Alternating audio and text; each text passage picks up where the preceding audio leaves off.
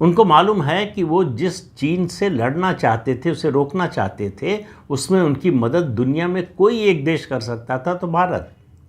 और उसी भारत को उन्होंने चीन के खेमे में धकेल दिया। भारत ने डोनाल्ड ट्रंप और अमेरिका को बताया कि हमारे पास विकल्पों की कमी नहीं है। वाणिज्य मंत्री पीयूष गोयल ने कहा कि भारत वैकल्पिक बाजार के लिए 50 देशों से बातचीत कर रहा है। तो अमेरिका को जो हम एक्सपोर्ट करते हैं उसका विकल्प हम तलाश रहे हैं और जल्दी ही मिल जाएगा।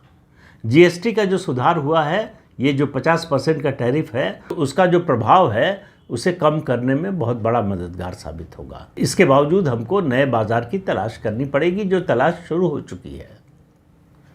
तो डोनाल्ड ट्रंप को अब समझ में नहीं आ रहा है कि करें क्या। रूस से दोस्ती चाहते हैं, चीन से दुश्मनी चाहते थे, और इसके लिए चाहते थे कि भारत और रूस साथ आ जाए।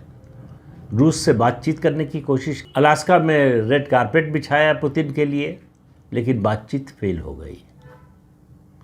तब से आप देखें कि ट्रंप का जो ऑरा था, जो अहंकार का उनका आभा मंडल था, वो चकनाचूर हो चुका है।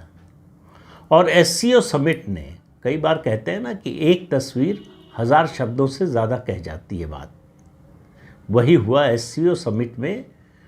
प्रधानमंत्री नरेंद्र मोदी, चीन के राष्ट्रपति शी जिनपिंग और रूस के राष्ट्रपति व्लादिमीर पुतिन, इन तीनों का साथ चलते हुए वो जो चित्र आया है, उसने पूरी दुनिया को हिला दिया है। सबसे ज़्यादा ट्रंप को हिलाया है। ट्रंप को मालूम है कि वो धीरे धीरे अलग थलग पड़ रहे हैं। उनकी चिंता इस बात से और बढ़ेगी और बढ़ रही होगी, और ये जो है लुटविक के बयान से साबित होता है कि अमेरिका को अब ये डर सताने लगा है कि अगला हमला डॉलर पर होगा।